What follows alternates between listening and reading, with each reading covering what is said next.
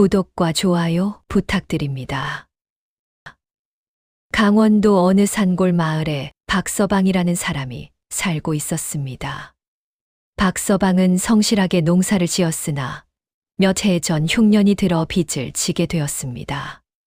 그 빚은 해가 갈수록 불어나 어느새 갚을 수 없는 지경에 이르렀습니다. 박서방의 아내 김씨 부인은 남편의 근심을 알면서도 내색하지 않고 집안일을 돌보았습니다. 외동딸 정순이는 12살이 되었지만 아버지의 얼굴에 드리운 그늘을 보며 자라났습니다. 어느 가을날 아침이었습니다. 이웃에 사는 이 씨가 박서방 댁에 곡식을 빌리러 갔다가 이상한 광경을 목격하였습니다. 대문이 활짝 열려 있었고 마당에는 아무도 없었습니다. 이 씨 박서방 계시오? 아무런 대답이 없었습니다. 이 씨는 조심스럽게 마루로 올라가 보았습니다. 그곳에는 아침 밥상이 그대로 차려져 있었습니다. 밥그릇에는 김이 모락모락 나고 있었고 국그릇에는 아직 뜨거운 국이 담겨 있었습니다. 반찬도 손대지 않은 채 가지런히 놓여 있었습니다. 이 씨는 등골이 서늘해지는 것을 느꼈습니다. 밥을 차려놓고 먹지도 않은 채 온 가족이 어디로 간 것일까요? 이 씨는 부엌을 살펴보았습니다. 아궁이에는 아직 불씨가 남아 있었고 물동이에는 막 길어온 듯한 물이 가득 차 있었습니다. 이 씨는 급히 마을로 내려가 사람들을 불러 모았습니다. 마을 사람들이 박서방 댁으로 몰려갔고 모두들 그 이상한 광경 앞에서 말문이 막혔습니다.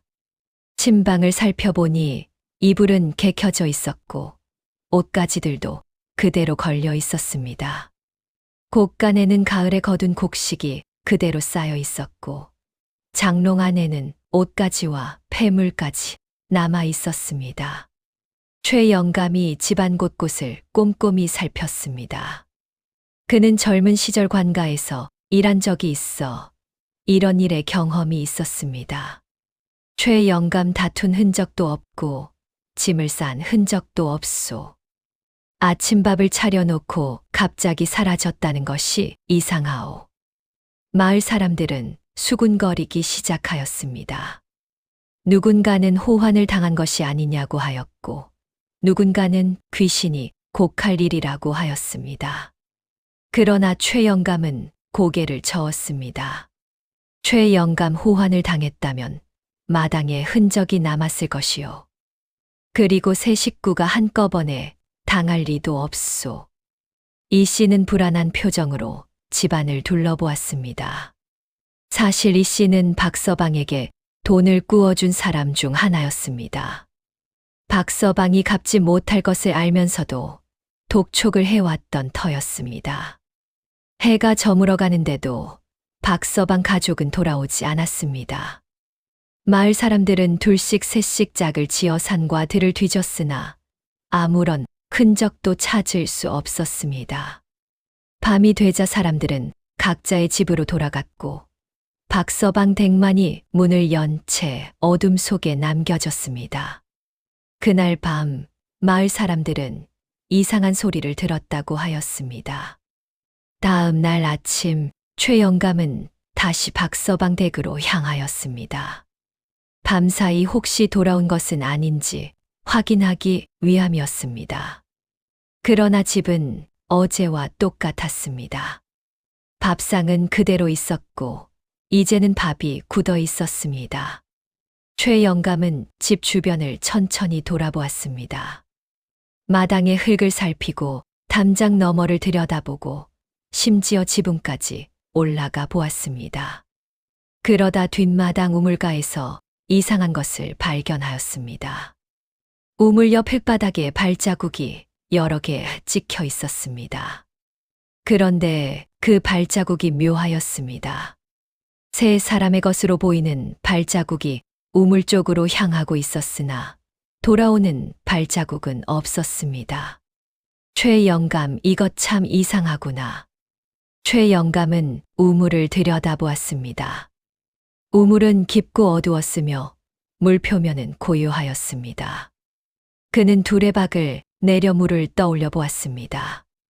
물은 맑았고 이상한 점은 없어 보였습니다. 그때 마을 청년 몇이 찾아왔습니다. 그들은 밤새 산을 뒤졌으나 아무것도 찾지 못하였다고 하였습니다. 최 영감은 그들에게 우물가의 발자국을 보여주었습니다. 청년 하나 혹시 우물에 빠진 것은 아닐까요? 최 영감 세 사람이 한꺼번에 빠질 리는 없소. 게다가 물에 빠졌다면 흔적이 남았을 것이요. 최 영감은 다시 집 안으로 들어갔습니다. 이번에는 더욱 자세히 살폈습니다. 안방 장롱을 열어보니 옷가지들이 가지런히 개켜져 있었고 작은 보자기에 싼 은비녀까지 그대로 있었습니다. 최 영감 도망을 간 것이라면 이런 귀한 것들을 두고 갈 리 없소. 부엌으로 가보니 쌀독에는 쌀이 반쯤 차 있었고 장독대에는 간장독과 된장독이 그대로 있었습니다. 곡간을 열어보니 가을의 수확한 조와 기장이 가마니에 담겨 쌓여 있었습니다. 최 영감은 마루에 앉아 생각에 잠겼습니다. 집안의 모든 것이 그대로인데 사람만 사라졌다는 것, 그것도 아침밥을 차려놓고 갑자기 사라졌다는 것이 도무지 이해가 되지 않았습니다. 그날 저녁 마을 사람들이 모여 회의를 하였습니다. 관가에 신고를 해야 하는 것이 아니냐는 의견이 나왔습니다. 그러나 이 씨가 반대하였습니다. 이 씨 관가에 알리면 쓸데없이 소문만 날 것이요. 좀 더 기다려 봅시다. 최 영감은 이 씨의 얼굴을 유심히 보았습니다. 이 씨는 왠지 초조해 보였고 눈빛이 불안하였습니다. 최 영감은 속으로 의아하게 여겼으나 내색하지 않았습니다. 그날 밤부터 이상한 일이 벌어지기 시작하였습니다. 박서방 댁 이웃에 사는 김씨 할멈이 한밤중에 잠에서 깼습니다. 무언가 소리가 들린 것 같았습니다. 귀를 기울이니 박서방 댁 쪽에서 무언가 움직이는 소리가 들렸습니다. 김씨 할멈은 두려웠으나 창호지에 침을 발라 구멍을 내고 밖을 내다보았습니다.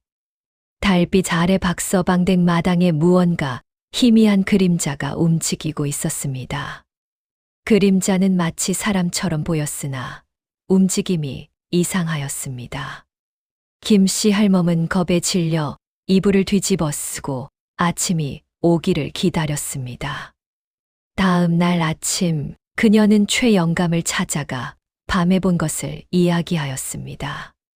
최 영감, 그림자가 몇이었소? 김씨 할멈 하나였던 것 같기도 하고 여럿이었던 것 같기도 하고 잘 모르겠습니다. 너무 무서워서 오래 보지 못하였습니다. 최 영감은 그날 밤 박서방 댁을 지켜보기로 하였습니다. 마을의 젊은이 둘을 데리고 박서방 댁 근처 숲을 속에 숨어 기다렸습니다. 밤이 깊어가자 정말로 이상한 일이 벌어졌습니다. 박서방 댁 안에서 불빛이 희미하게 새어나왔습니다. 누군가 등불을 켠 것처럼 보였습니다. 최 영감과 젊은이들은 숨을 죽이고 지켜보았습니다. 그러다 갑자기 문이 열리며 무언가가 밖으로 나왔습니다. 달빛에 비친 그것은 사람의 형상이었으나 걸음걸이가 이상하였습니다. 마치 발을 끌듯 걷는 것 같았습니다. 젊은이 하나 저것이. 최 영감 조용히 하시오. 그 형상은 우물가로 갔습니다. 우물 앞에 한참을 서 있다가 다시 집 안으로 들어갔습니다. 불빛이 꺼지고 다시 고요해졌습니다. 최 영감과 젊은이들은 동이 틀 때까지 기다렸으나 더 이상 아무 일도 일어나지 않았습니다. 해가 뜨자 그들은 조심스럽게 박서방 댁으로 들어가 보았습니다. 집안은 어제와 똑같았고 누가 다녀간 흔적은 없었습니다. 최영감 이상하오. 분명 무언가를 보았는데 그날 오후 마을에 떠돌이 중이 하나 찾아왔습니다. 그 중은 마을을 지나가다 박서방 댁을 보더니 얼굴색이 변하였습니다.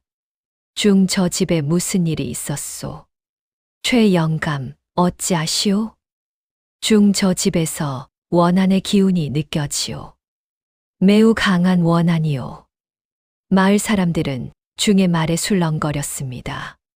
중은 박서방 댁으로 들어가 집안을 둘러보더니 고개를 저었습니다. 중 이 집 사람들은 억울하게 죽은 것이 아니오. 스스로 목숨을 끊은 것도 아니오. 그런데 왜 이런 원한의 기운이? 중은 더 이상 말을 잇지 못하고 황급히 마을을 떠났습니다. 마을 사람들은 더욱 두려워하였고 밤이 되자 아무도 밖으로 나오지 않았습니다. 그런데 그날 밤 이 씨의 집에서 비명 소리가 들렸습니다. 이 씨의 비명에 마을 사람들이 달려갔습니다. 이 씨는 마당에 주저앉아 벌벌 떨고 있었습니다. 그의 얼굴은 핏기가 없었고 눈은 크게 떠진 채 한 곳을 응시하고 있었습니다. 최영감 무슨 일이오? 이 씨는 한참 만에야 입을 열었습니다. 이 씨 박서방이 왔소. 최영감 박서방이 왔다고. 어디에? 이 씨 저기 담 너머에 서 있었소. 사람들이 담 너머를 살폈으나 아무도 없었습니다. 이 씨는 계속 떨면서 말하였습니다. 이 씨 분명히 봤소. 박서방이 담 너머에 서서 나를 보고 있었소. 그 눈빛이. 이 씨는 더 이상 말을 잇지 못하고 기절하고 말았습니다. 사람들은 그를 집 안으로 옮기고 물을 먹였습니다. 한참 뒤 이 씨가 정신을 차렸을 때 최영감이 조용히 물었습니다. 최영감 이 씨, 박서방과 당신 사이에 무슨 일이 있었소? 이 씨는 한동안 말이 없다가 마침내 입을 열었습니다. 이 씨 제가 박서방에게 돈을 빌려주었소. 작년 가을에 은자 20냥을 빌려주었는데 아직 갚지 못하고 있소. 최영감 그것뿐이요? 이 씨 저는 지난달에 박서방을 심하게 다그쳤소. 갚지 못하면 땅 문서를 내놓으라고 하였소. 박서방은 아무 말도 하지 않았지만 그때 그의 얼굴이. 이 씨는 다시 떨기 시작하였습니다. 최영감은 이제야 무언가 윤곽이 잡히기 시작하였습니다. 다음 날 최영감은 혼자 군청으로 가서 박서방의 빚 상황을 알아보았습니다. 군청의 관리는 장부를 뒤적이더니 한숨을 쉬었습니다. 관리 박서방은 여러 사람에게 빚을 지고 있었소. 모두 합치면 은자 100냥이 넘소. 그는 작년부터 빚을 갚지 못하고 있었고 올해 추수로도 감당이 안 되는 상황이었소. 최영감 그럼 박서방은 어떻게 할 생각이었소? 관리 글쎄요. 아마도 마을을 떠날 생각이었을 것이오. 그런데 이상하게도 그는 떠나지 못하였소. 최영감 무슨 뜻이오? 관리 채권자들이 박서방을 감시하고 있었다는 소문이 있소. 마을을 떠나려 해도 떠날 수 없었을 것이오. 최영감은 마을로 돌아오는 길에 많은 생각을 하였습니다. 박서방이 빚 때문에 괴로워하였다는 것, 마을을 떠나고 싶었으나 떠날 수 없었다는 것. 그렇다면 박서방은 어디로 간 것일까요? 그날 밤 최영감은 다시 박서방 댁을 찾았습니다. 이번에는 혼자였습니다. 그는 등불을 켜고 집안 곳곳을 다시 살폈습니다. 그리고 마침내 안방 장롱 뒤에서 무언가를 발견하였습니다. 편지 한 장이 떨어져 있었습니다.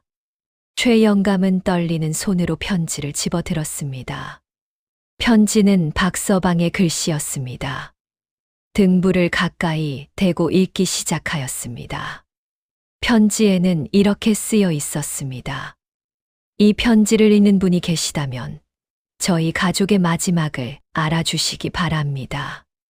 저는 더 이상 이 빚을 감당할 수 없습니다. 채권자들은 저를 용서하지 않을 것이고 제 가족은 모욕을 당하며 살아갈 것입니다. 저는 차라리 이 고통에서 벗어나고자 합니다. 아내와 딸에게는 미안하지만 이것이 최선이라 생각합니다. 편지는 거기서 끝이 아니었습니다. 뒷면에는 또 다른 글씨가 있었습니다. 이번에는 김씨 부인의 글씨였습니다. 영감님을 따라가기로 하였습니다. 혼자 남아 손가락질 받으며 살 수는 없습니다. 순이도 함께 가기로 하였습니다. 우리가 간 곳은 아무도 찾지 못할 것입니다. 최 영감의 손이 떨렸습니다. 그는 다시 편지를 읽어보았습니다. 아무도 찾지 못할 것이라는 말이 무엇을 의미하는지 알 것 같았습니다. 그는 다시 우물가로 갔습니다. 이번에는 등불을 우물 안으로 깊숙이 내려보았습니다. 물은 여전히 고요하였으나 등불빛이 닿는 곳에 무언가 희미한 것이 보였습니다. 최 영감은 마을 사람들을 불러 모았습니다. 그리고 우물의 물을 퍼내기 시작하였습니다.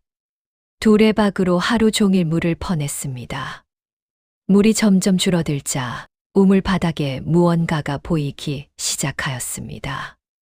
다음 날 아침 마을 사람들은 충격적인 광경을 목격하였습니다. 우물 바닥에서 새 구이 시신이 발견된 것입니다. 박서방과 김씨 부인 그리고 어린 정순이었습니다. 마을 사람들은 울음을 터뜨렸습니다. 최 영감은 조용히 시신들을 바라보았습니다. 그들의 얼굴은 평온해 보였습니다. 마치 고통에서 벗어난 것처럼. 관가에 신고가 되었고 관리들이 와서 조사를 하였습니다. 편지와 상황을 종합한 결과 박서방 가족은 그날 아침 밥을 차려놓고 함께 우물로 갔던 것이었습니다. 그들은 서로의 손을 잡고 우물로 뛰어든 것으로 추정되었습니다. 이 씨는 이 소식을 듣고 병이 났습니다. 그는 자신이 박서방을 너무 심하게 다그쳤던 것을 후회하였습니다. 박서방에게 빌려준 돈을 받지 못한 것보다 한 가족을 죽음으로 내몬 것 같아 괴로워하였습니다. 최 영감 돈을 빌려주는 것이 잘못은 아니오. 그러나 사람을 벼랑 끝으로 몰아가서는 안 되는 것이오. 마을 사람들은 박서방 가족을 위해 장례를 치러주었습니다. 마을 뒷산에 3개의 무덤을 나란히 만들었습니다. 그런데 장례를 치른 후에도 이상한 일은 계속되었습니다. 장례를 치른 지 사흘째 되던 밤이었습니다. 박서방 댁 근처를 지나던 어부 한 사람이 이상한 것을 보았습니다. 박서방 댁 마당에 3개의 그림자가 서 있었습니다. 어부는 놀라 멈춰 섰습니다. 그림자들은 마치 가족처럼 보였습니다. 큰 그림자 하나, 중간 그림자 하나, 작은 그림자 하나. 그들은 집을 바라보고 있었습니다.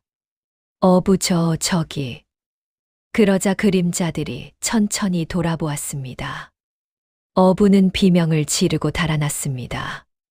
그는 마을 사람들에게 이 이야기를 하였고 사람들은 또다시 두려워하였습니다. 최 영감은 다음 날 밤 다시 박서방 댁을 찾았습니다. 이번에는 향을 피우고 그들을 위해 기도를 하였습니다. 최 영감 박서방, 김씨 부인, 정순아. 이미 저 세상으로 가셨으니 이승에 미련을 두지 마시오. 당신들의 고통은 이제 끝났소. 부디 편히 쉬시오. 향 연기가 피어올랐습니다. 바람이 불어 연기가 이리저리 흩어졌습니다. 최 영감은 한참을 그렇게 앉아 있었습니다. 그날 밤 이후로 이상한 일은 더 이상 일어나지 않았습니다. 박서방 댁에서 불빛이 보이는 일도, 그림자가 나타나는 일도 없었습니다. 마을은 다시 평온을 되찾았습니다. 그러나 사람들은 박서방 댁에 들어가기를 꺼렸습니다. 그 집은 주인 없이 그대로 남아 있었습니다. 곡식도, 옷가지도, 살림살이도 모두 그대로였습니다. 최 영감이 마을 사람들을 모아 말하였습니다. 최 영감, 이 집의 물건들을 팔아서 박서방이 진 빚을 갚읍시다. 그리고 남는 것이 있다면 절에 시주하여 그들의 명복을 빌읍시다. 마을 사람들이 동의하였습니다. 그들은 박서방 댁의 곡식과 살림살이를 팔았습니다. 그 돈으로 채권자들에게 빚을 갚았습니다. 빚을 다 갚고도 얼마간의 돈이 남았습니다. 이 씨는 자신이 받을 몫을 거절하였습니다. 이 씨, 저는 받을 자격이 없습니다. 제가 너무 모질게 굴었습니다. 그 돈은 다른 데 쓰십시오. 최 영감은 그 돈으로 마을 입구에 작은 비석을 세웠습니다. 비석에는 이렇게 새겨졌습니다. 이곳에 박서방 가족이 살았노라. 그들은 고통 속에 살다 함께 떠났노라. 지나가는 이여, 그들을 위해 한번 기도하여 주시오. 그 후로 마을 사람들은 그 비석 앞을 지날 때마다 잠시 멈춰 서서 묵념을 하였습니다. 박서방의 빈집은 오랫동안 그대로 남아 있었고, 사람들은 그 집을 보며 빚의 무게와 사람의 고통에 대해 생각하였습니다. 몇 해가 흐른 뒤 어느 봄날이었습니다. 마을에 한 젊은 부부가 이사를 왔습니다. 그들은 박서방 댁을 보고 물었습니다. 젊은 남편, 저 집은 누가 사는 집입니까? 최 영감, 아무도 살지 않소. 오랫동안 비어있는 집이요. 젊은 남편, 그럼 우리가 그 집에 살아도 되겠습니까? 우리는 갈 곳이 없습니다. 최 영감은 박서방 가족의 이야기를 들려주었습니다. 젊은 부부는 조용히 듣고 있다가 말하였습니다. 젊은 아내, 그렇다면 더욱 우리가 그 집에 살아야겠습니다. 우리가 그 집을 살아있는 집으로 만들겠습니다. 그리고 그분들을 위해 매일 기도하겠습니다. 마을 사람들은 젊은 부부가 박서방 댁으로 들어가는 것을 허락하였습니다. 젊은 부부는 집을 깨끗이 청소하고 새로운 삶을 시작하였습니다. 이상하게도 그 집에 들어간 뒤로 젊은 부부에게는 좋은 일만 생겼습니다. 농사는 풍년이 들었고 건강한 아이도 태어났습니다. 마을 사람들은 이것이 박서방 가족의 축복이라고 믿었습니다. 젊은 부부가 박서방 댁에서 살기 시작한 지 한 달쯤 지났을 때였습니다. 젊은 아내가 마을 우물에서 물을 길러 가다가 이상한 경험을 하였습니다. 우물가에서 한 소녀가 나타났습니다. 12살쯤 되어 보이는 소녀는 옅은 미소를 띠고 있었습니다. 소녀, 우리 집을 잘 돌봐주셔서 고맙습니다. 젊은 아내, 네, 당신은 누구십니까? 소녀, 저는 이제 떠나야 합니다. 어머니와 아버지가 기다리십니다. 소녀는 그렇게 말하고는 사라졌습니다. 젊은 아내는 황급히 집으로 돌아가 남편에게 이 이야기를 하였습니다. 남편은 최 영감을 찾아가 물어보았습니다. 최 영감, 그 소녀가 정순이었을 것이요. 박서방의 딸 말이요. 아마도 당신들이 집을 잘 돌봐주어서 이제 안심하고 떠나는 것 같소. 젊은 부부는 그날 밤 박서방 가족을 위해 정성스럽게 제사를 지냈습니다. 제사상에는 소박하지만 정성이 담긴 음식들이 올려졌습니다. 젊은 부부는 진심으로 그들의 명복을 빌었습니다. 그날 밤 젊은 남편은 꿈을 꾸었습니다. 꿈 속에서 박서방이 나타났습니다. 박서방은 편안한 얼굴로 미소를 짓고 있었습니다. 박서방 고맙소. 우리 집을 다시 살아있게 해주어서. 이제 우리 가족은 편히 쉴 수 있게 되었소. 부디 이 집에서 행복하게 사시오. 우리가 이루지 못한 행복을 당신들이 이루시오. 꿈에서 깬 젊은 남편은 아내에게 이 이야기를 하였습니다. 두 사람은 눈물을 흘렸습니다. 그리고 더욱 열심히 살기로 다짐하였습니다. 시간이 흘러 젊은 부부에게 아들이 태어났습니다. 그들은 아이의 이름을 지을 때 최영감에게 조언을 구하였습니다. 최영감 박서방의 본명은 박덕수였소. 그의 덕더자를 이어받아 아이의 이름에 넣는 것이 어떻겠소? 젊은 부부는 그 제안을 받아들여 아이의 이름에 덕자를 넣었습니다. 그들은 아이가 자라면 이 집의 역사와 박서방 가족의 이야기를 들려주기로 하였습니다. 마을 사람들은 이제 그 집을 더 이상 박서방 댁이라 부르지 않았습니다. 그저 산밑집이라고 불렀습니다. 그러나 마을 사람들은 모두 그 집의 이야기를 기억하고 있었습니다. 이 씨는 그 일 이후로 사람이 많이 달라졌습니다. 그는 더 이상 빚을 독촉하는 일이 없었고 어려운 이웃이 있으면 먼저 도와주었습니다. 그는 때때로 산밑집을 바라보며 한숨을 쉬곤 하였습니다. 이 씨 내가 조금만 더 인정이 있었더라면 그들이 그런 선택을 하지 않았을지도 모르오. 최영감 이미 지나간 일이오.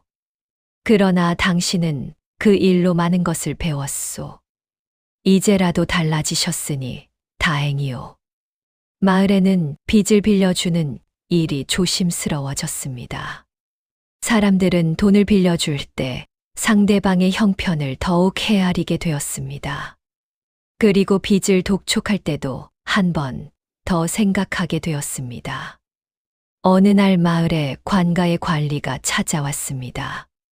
그는 박서방 사건에 대해 듣고 조사를 하러 온 것이었습니다. 관리 이 마을에서 일가족이 우물에 빠져 죽었다고 들었소. 그 경위를 자세히 알고 싶소. 최영감은 처음부터 끝까지 자세히 설명하였습니다. 관리는 심각한 표정으로 듣고 있다가 말하였습니다. 관리 빚 때문에 목숨을 끊는 일이 이 지역에만 있는 것이 아니오. 요즘 들어 이런 일이 자꾸 늘고 있소. 흉년이 들고 세금은 무거운데 사람들이 견디기 어려운 것이오. 최영감 그렇다면 관가에서 무엇을 할 수 있겠소? 관리 쉬운 일은 아니오. 그러나 적어도 채권자들이 너무 가혹하게 독촉하지 못하도록 규제를 만들 필요가 있소. 이 일을 보고서에 자세히 적어 상부에 올리겠소. 관리는 며칠 동안 마을에 머물며 여러 사람들을 만나 이야기를 들었습니다. 그리고 자세한 보고서를 작성하여 관하로 돌아갔습니다. 그해 여름이 지나고 가을이 왔습니다. 산 밑집의 젊은 부부는 첫 추수를 하였습니다. 수확은 예상보다 훨씬 좋았습니다. 마을 사람들은 이것이 박서방 가족의 축복이라고 하였습니다. 추수를 마친 젊은 부부는 수확한 곡식 중 일부를 절에 시주하였습니다. 그리고 마을 사람들을 초대하여 작은 잔치를 베풀었습니다. 젊은 남편 저희가 이 마을에 와서 여러분의 도움을 많이 받았습니다. 이 집의 전 주인이었던 박서방 가족의 명복을 빌며 오늘 이 자리를 마련하였습니다. 마을 사람들은 감동하였습니다. 그들은 함께 박서방 가족을 위해 묵념을 하였습니다. 그리고 음식을 나누며 즐거운 시간을 보냈습니다. 이 씨도 그 자리에 있었습니다. 그는 조용히 술잔을 들어 하늘을 향해 올렸습니다. 이 씨 박서방 용서하시오. 이 못난 사람을 용서하시오. 최 영감이 그의 어깨를 두드렸습니다. 최 영감, 이제 그만 자책하시오. 당신이 달라진 것만으로도 박서방은 기뻐할 것이오. 잔치가 끝나고 사람들이 돌아간 뒤 젊은 부부는 조용히 박서방 가족의 무덤을 찾아갔습니다. 세 개의 무덤은 마을 뒷산에 나란히 있었습니다. 무덤 앞에는 마을 사람들이 가꾼 국화꽃이 피어 있었습니다. 젊은 아내 박서방님, 김씨 부인님, 정순아. 우리가 당신들의 집을 잘 지키고 있습니다.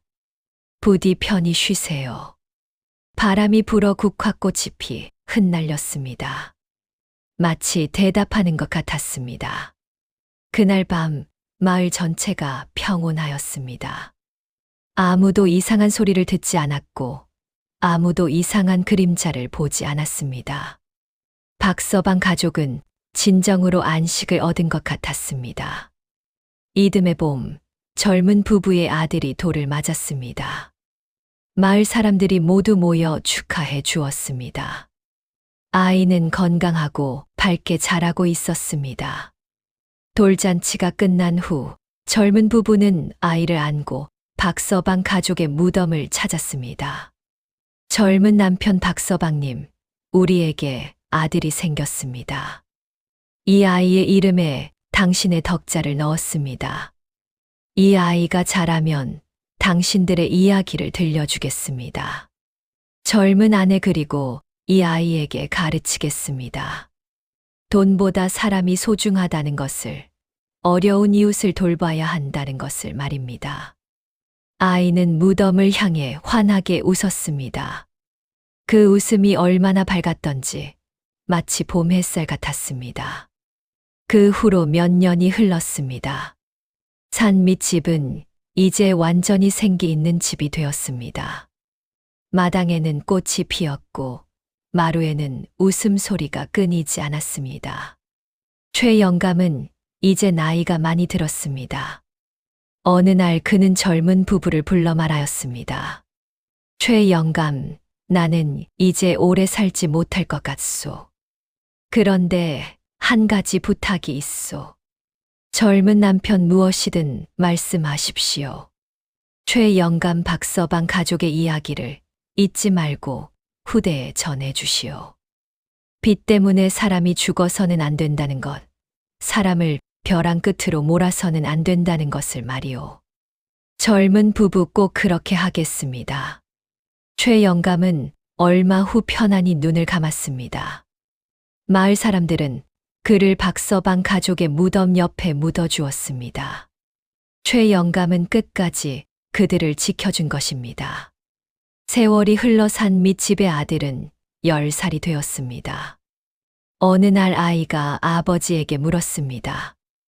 아들 아버지, 우리 집 앞에 있는 비석은 무엇인가요? 젊은 남편은 이제 중년이 되어 있었습니다. 그는 아들을 데리고 비석 앞에 섰습니다. 아버지, 이 비석은 우리 집의 전 주인이었던 박서방 가족을 기리는 것이란다. 이제 내게 그 이야기를 해줄 때가 된 것 같구나. 아버지는 아들에게 박서방 가족의 이야기를 들려주었습니다. 빚 때문에 고통받았던 이야기, 결국 우물에 몸을 던진 이야기, 그리고 마을 사람들이 그들을 기억하는 이야기를 말입니다. 아들은 진지하게 듣고 있다가 물었습니다. 아들 박서방은 나쁜 사람이었나요? 아버지 아니다. 박서방은 성실한 사람이었단다. 다만 불운이 겹쳐 빚을 지게 되었고 그 빚의 무게를 견디지 못한 것이지. 아들 그럼 돈을 빌려준 사람들이 나쁜 사람이었나요? 아버지 그것도 아니란다. 돈을 빌려준 것 자체가 나쁜 것은 아니지. 다만 사람을 너무 몰아붙이면 안 된다는 것이다. 사람의 마음과 형편을 헤아려야 한단다. 아들 어려워요, 아버지. 아버지 지금은 어렵게 느껴져도 괜찮단다. 내가 자라면서 이해하게 될 것이다. 중요한 것은 이것이란다. 돈보다 사람이 소중하다는 것 말이다. 아들은 고개를 끄덕였습니다. 그날 이후로 아들은 종종 비석 앞에 서서 박서방 가족을 생각하곤 하였습니다. 마을에는 박서방 가족의 이야기가 대대로 전해졌습니다. 새로 태어나는 아이들은 어른들로부터 그 이야기를 들었고 그 이야기는 마을의 교훈이 되었습니다. 이 씨는 이제 노인이 되어 있었습니다. 그는 종종 산 밑집을 방문하여 젊은 부부, 아니, 이제는 중년이 된 부부와 이야기를 나누곤 하였습니다. 어느 날 이 씨가 아들에게 물었습니다. 이 씨, 내가 나중에 어른이 되어 누군가에게 돈을 빌려준다면 어떻게 하겠느냐? 아들 상대방의 형편을 잘 살펴보고 갚을 수 있는 만큼만 빌려줄 것입니다. 그리고 독촉할 때도 조심스럽게 할 것입니다. 이 씨 잘 배웠구나. 이 늙은이가 평생 배우지 못한 것을 내가 어린 나이에 깨달았구나. 이 씨는 눈물을 흘렸습니다. 그것은 후회의 눈물이기도 하였지만 다음 세대가 더 나아지고 있다는 안도의 눈물이기도 하였습니다.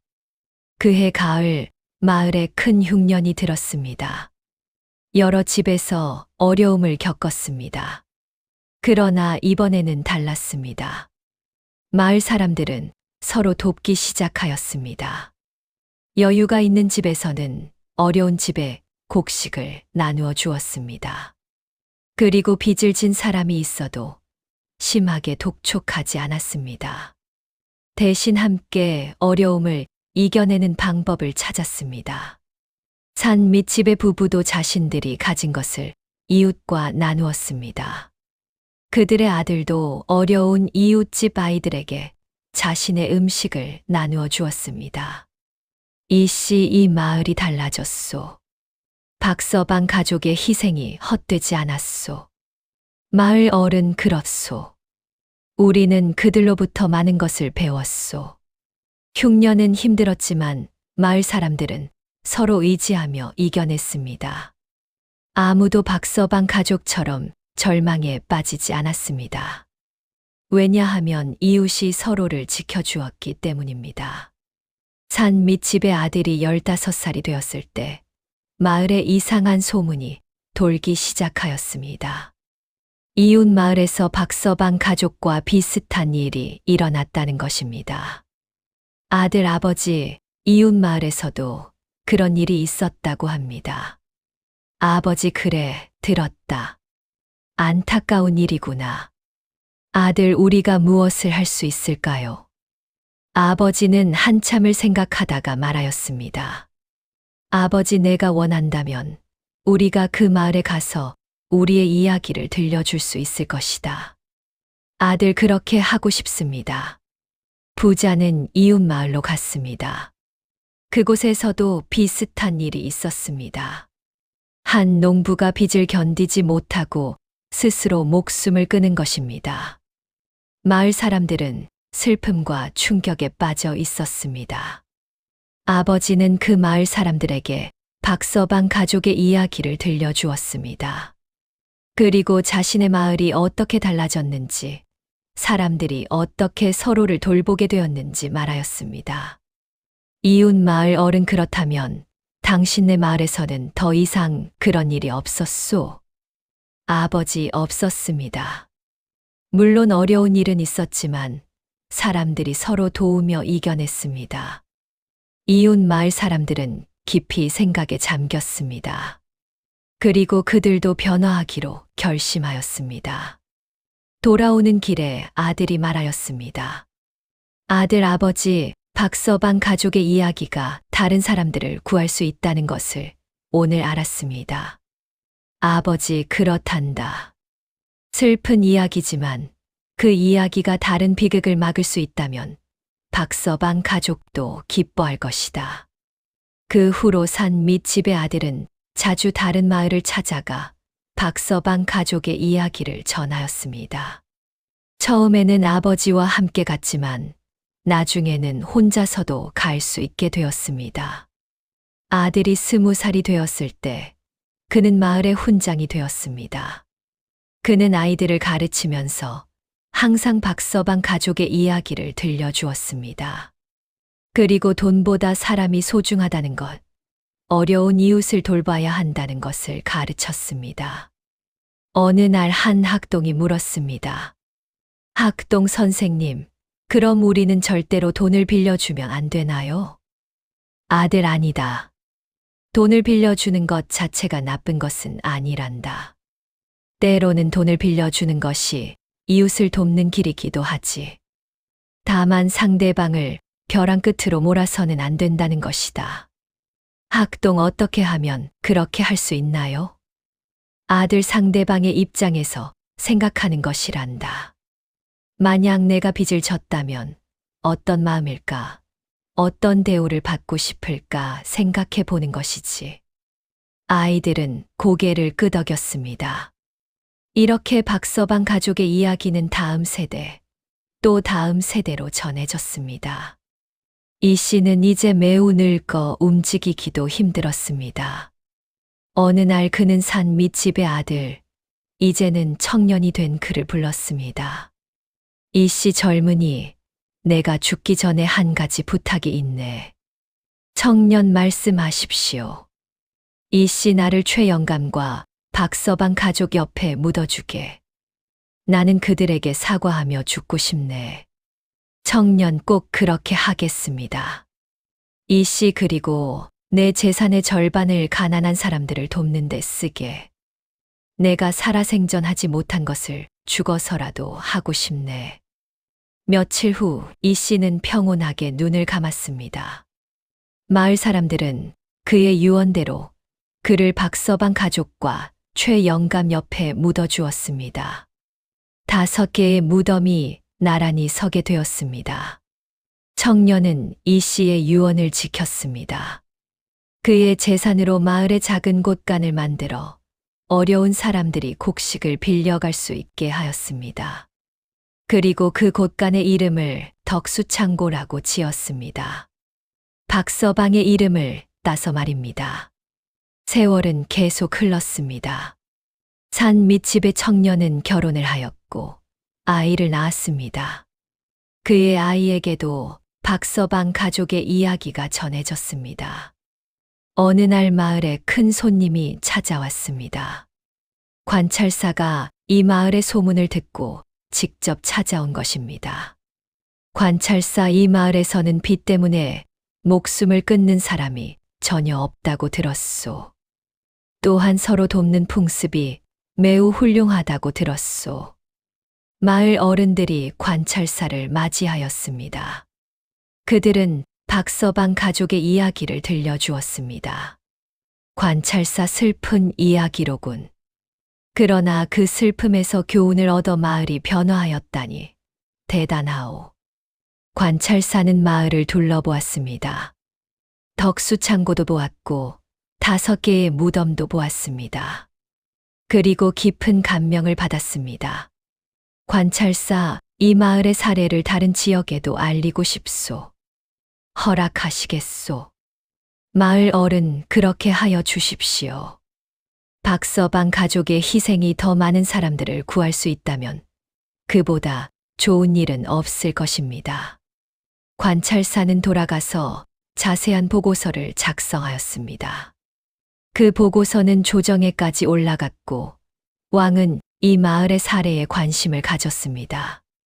얼마 후 조정에서 명령이 내려왔습니다. 채권자가 채무자를 지나치게 독촉하는 것을 규제하는 법령이 만들어진 것입니다. 또한 흉년이 들었을 때는 빚 상환을 유예할 수 있도록 하였습니다. 이 소식이 마을에 전해졌을 때 마을 사람들은 박서방 가족의 무덤 앞에 모였습니다. 마을 어른 박서방, 당신의 희생이 결국 법까지 바꾸었소. 이제 당신과 같은 고통을 겪는 사람이 줄어들 것이오. 사람들은 무덤 앞에 조용히 서서 묵념을 올렸습니다. 바람이 불어 무덤 앞에 꽃들이 흔들렸습니다. 산 밑집의 주인은 이제 중년을 넘어 노년에 접어들고 있었습니다. 그는 자신의 아들, 이제는 청년이 된 아들과 함께 무덤 앞에 섰습니다. 주인, 우리가 이 집에 처음 왔을 때가 생각나는구나. 그때 나는 단지 살 곳이 필요했을 뿐이었지. 그런데 이곳에서 우리는 훨씬 더 많은 것을 얻었다. 아들, 무엇을 얻었습니까, 아버지? 주인, 사람이 어떻게 살아야 하는지를 배웠단다. 박서방 가족으로부터, 최 영감으로부터, 이씨 어른으로부터, 그리고 이 마을 사람들로부터 말이다. 아들, 저도 그렇습니다. 이 이야기를 제 자식들에게도 전하겠습니다. 주인, 그래야 한다. 이 이야기는 잊혀서는 안 된다. 슬픈 이야기이지만 이 슬픔이 다른 사람들의 삶을 구한다면 의미가 있는 것이다. 그날 밤 산 밑집에는 여러 세대가 모였습니다. 주인 부부, 그들의 아들 부부, 그리고 손자들까지. 저녁 식사를 마친 후 할아버지가 된 주인은 손자들에게 이야기를 시작하였습니다. 할아버지, 옛날 옛적에 이 집에 박서방이라는 사람이 살았단다. 아이들은 눈을 반짝이며 이야기를 들었습니다. 슬픈 이야기였지만 아이들은 진지하게 들었습니다. 그리고 그 이야기에서 무언가를 배웠습니다. 어린 손자, 할아버지, 박서방 가족은 지금 어디에 있어요? 할아버지, 저 뒷산 무덤에 계시단다. 그리고 우리의 마음 속에도 살아계시지. 손자, 그들은 행복할까요? 할아버지, 그럴 것이다. 왜냐하면 그들의 이야기가 많은 사람들을 구했고 세상을 조금 더 나은 곳으로 만들었기 때문이란다. 창밖으로 달빛이 비쳤습니다. 그 달빛은 산 밑집을 비추고 뒷산의 5 무덤도 비추었습니다. 모든 것이 평온하였습니다. 몇 해가 더 지났습니다. 산 밑집의 할아버지는 이제 많이 늙었습니다. 어느 가을날 그는 병상에 누웠습니다. 가족들이 모두 모여들었습니다. 할아버지, 내 시간이 얼마 남지 않은 것 같구나. 아들, 그런 말씀 마십시오, 아버지. 할아버지, 아니다. 나는 충분히 살았고 좋은 삶을 살았다. 후회가 없단다. 그는 손자를 불렀습니다. 손자는 이제 20살이 넘은 청년이 되어 있었습니다. 할아버지, 너에게 부탁이 있다. 손자, 무엇이든 말씀하십시오, 할아버지. 할아버지, 이 집을 잘 지켜다오. 그리고 박서방 가족의 이야기를 잊지 말거라. 이 이야기는 우리 집안의 유산이자 이 마을의 유산이며 더 나아가 많은 사람들에게 전해져야 할 이야기란다. 손자, 꼭 그렇게 하겠습니다. 할아버지, 그리고 덕수창고도 잘 운영하거라.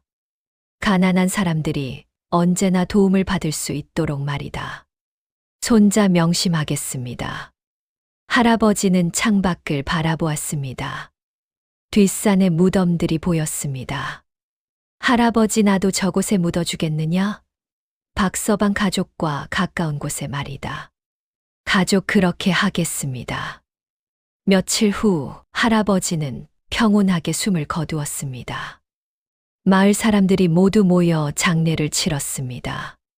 그는 약속대로 뒷산에 다른 5 무덤 근처에 묻혔습니다.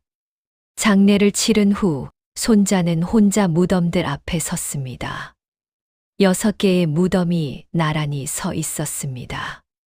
손자 박서방님, 김씨 부인님, 정순아, 최 영감님, 이씨 어른님, 그리고 할아버지. 저는 여러분의 이야기를 평생 지키겠습니다. 그리고 제 자식들에게도 손자들에게도 전하겠습니다. 바람이 불어 나무잎이 흔들렸습니다.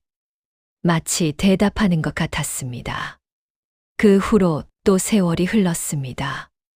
손자는 마을의 이장이 되었습니다. 그는 할아버지와 최 영감, 그리고 아버지로부터 배운 것들을 실천하며 마을을 이끌었습니다. 어느 해 큰 흉년이 들었습니다. 전국적으로 많은 사람들이 어려움을 겪었습니다. 그러나 이 마을은 달랐습니다. 덕수창고에서 곡식을 나누어 주었고 사람들이 서로 도왔습니다. 이웃 마을에서 사람들이 찾아왔습니다. 이웃 마을 사람 우리 마을은 너무 힘듭니다. 여러 사람이 굶주리고 있습니다. 도와주실 수 있습니까? 이장 물론입니다. 우리도 넉넉하지는 않지만 나눌 수 있습니다. 마을 사람들은 자신들의 곡식 중 일부를 이웃 마을에 나누어 주었습니다. 이웃 마을 사람들은 눈물을 흘리며 고마워하였습니다.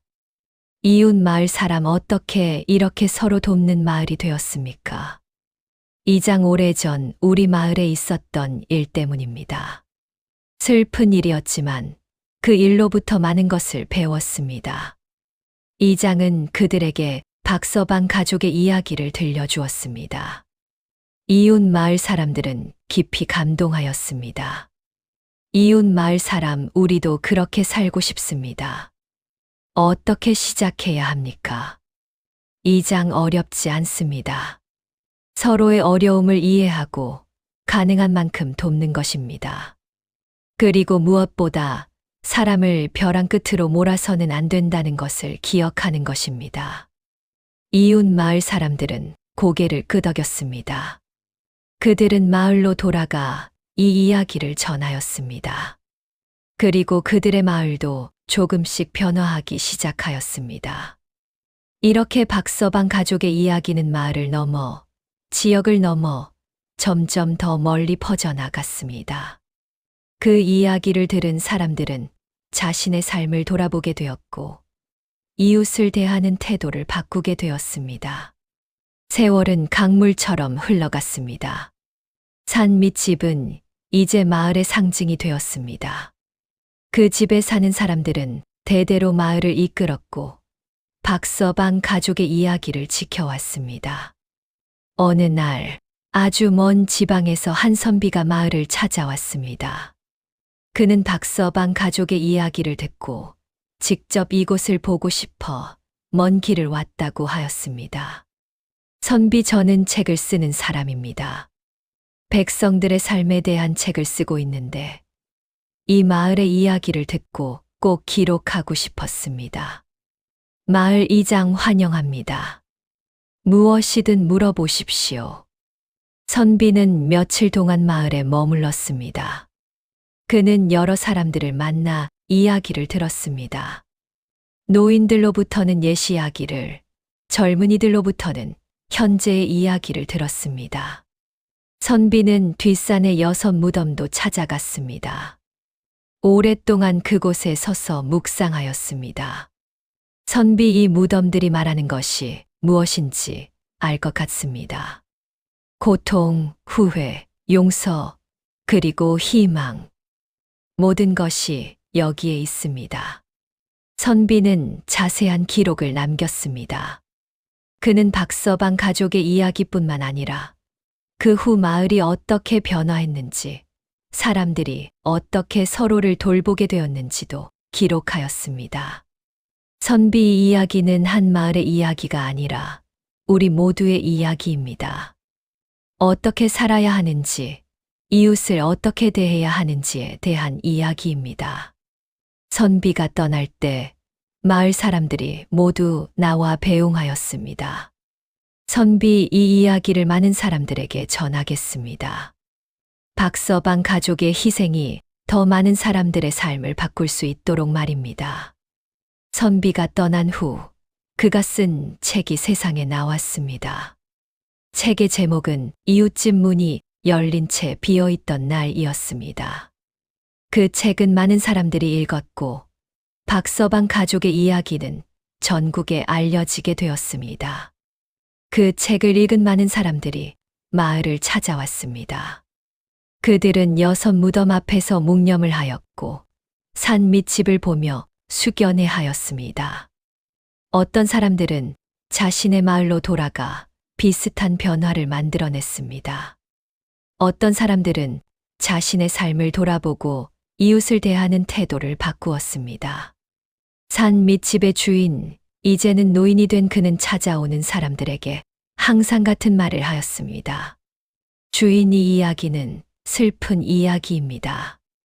그러나 이 슬픔이 헛되지 않게 하는 것이 우리의 몫입니다.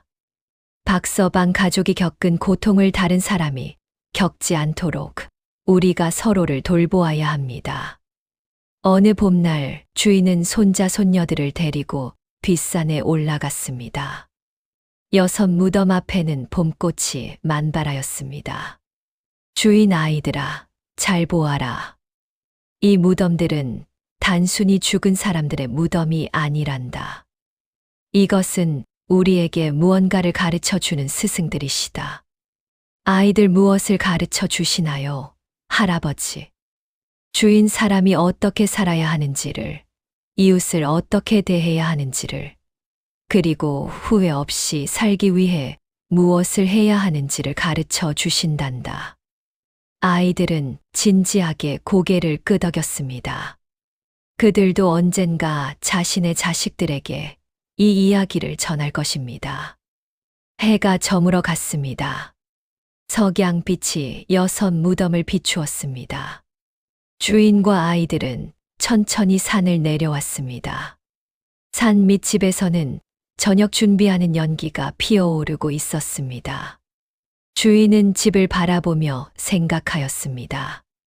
이 집이 얼마나 많은 이야기를 품고 있는지. 슬픔과 희망, 후회와 용서, 고통과 치유. 모든 것이 이 집에 있었습니다.